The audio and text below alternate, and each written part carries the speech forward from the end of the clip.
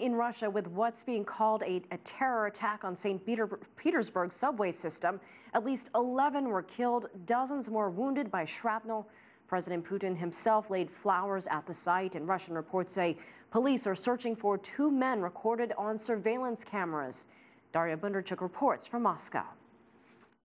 Russian investigative committee has launched a probe into a suspected case of terrorism following the blast that occurred on Monday afternoon in St. Petersburg around 2:30 in the afternoon. A train that was on the way from Technologicheski Institute station to Senaya Ploshchad station.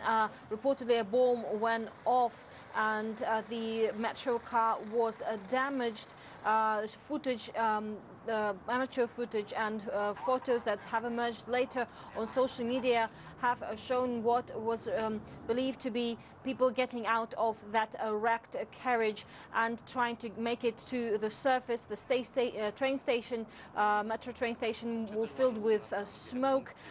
We know that dozens of responding teams have been dispatched to this site very quickly. We know that the investigating authorities are saying that it could be a terror attack. It is one of the theories of what the probable causes of this blast that are being investigated, as well as some others. But at this point, the authorities have not made it clear that this is the key and the only cause of the blast, and have not said who could be behind this suspected terror attack.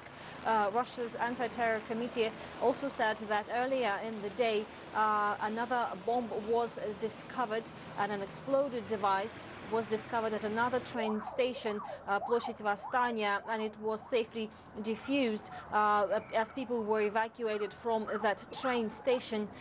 Now the metro underground system was basically halted for the rest of the day, and just later in the evening 3 out of 5 metro lines in St. Petersburg have reopened and started transporting passengers, while 2 other metro lines were including these metro stations where the blast occurred and where the suspected bomb was discovered. Vladimir Putin has pledged that all necessary help and assistance will be provided to the families and of the victims and people who have been injured in this terrible blast, and had instructed the local authorities and responsible government bodies to provide all necessary help.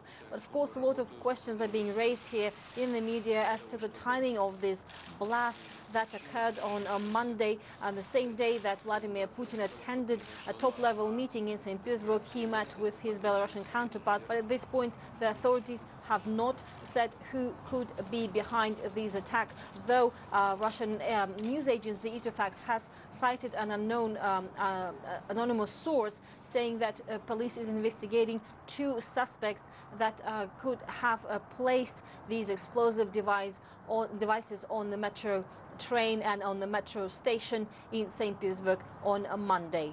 Daria Bunderchuk, CGTN, Moscow.